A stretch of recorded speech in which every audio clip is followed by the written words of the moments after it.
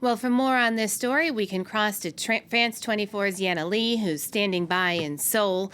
Now, Yena, obviously there's big changes ahead. Can you give us some details on what other rules are to be scrapped soon? Well, this news was much awaited for business leaders, for students, for would-be travelers, especially for members of the Chinese diaspora and Chinese nationals living abroad who had been hoping to visit their friends and families for years now. The scrapping of inbound quarantine is a massive change in policy of coming in from China. An illustration of just how isolated the country had been in recent years. There was this rule called the 5 1s, which meant that each one country could only send one flight using one airline on one route once per week. So, for example, Air France, where you are, could send one flight from Paris to Beijing once per week. That rule, too, is to be scrapped as of January 8th. From then on, travelers will only need a negative PCR test, and in theory, there will be more and more flights available. Concretely, what Chinese health officials have done is downgrade COVID-19 from a Class A disease to a Class B. Class A was alongside diseases such as the bubonic plague or cholera. So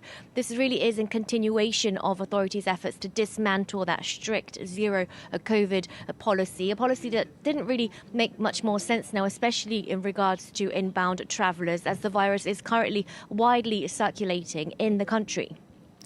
Now, Yena, as this dramatic U-turn on the country's COVID rules takes place, how is China's healthcare system handling the situation?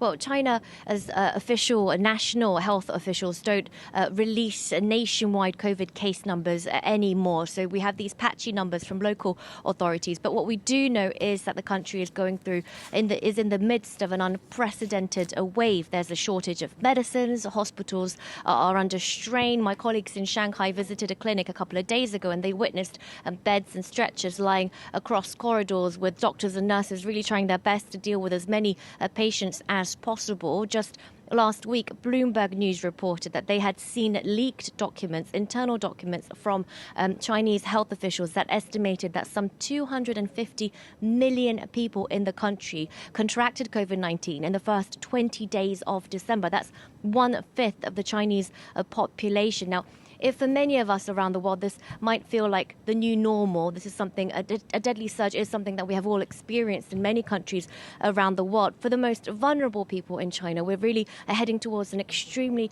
critical time. A reminder that only 2/3 of Chinese people over the age of 80 have had their complete doses of the vaccines against COVID-19. And officials in China are working around the clock to convince the elderly to get all their jabs done, sometimes even handing out cash incentives. So this is a situation that we'll have to observe in the days and weeks to come. Yena, thanks so much for that update. That's France 24's Yena Lee reporting from Seoul.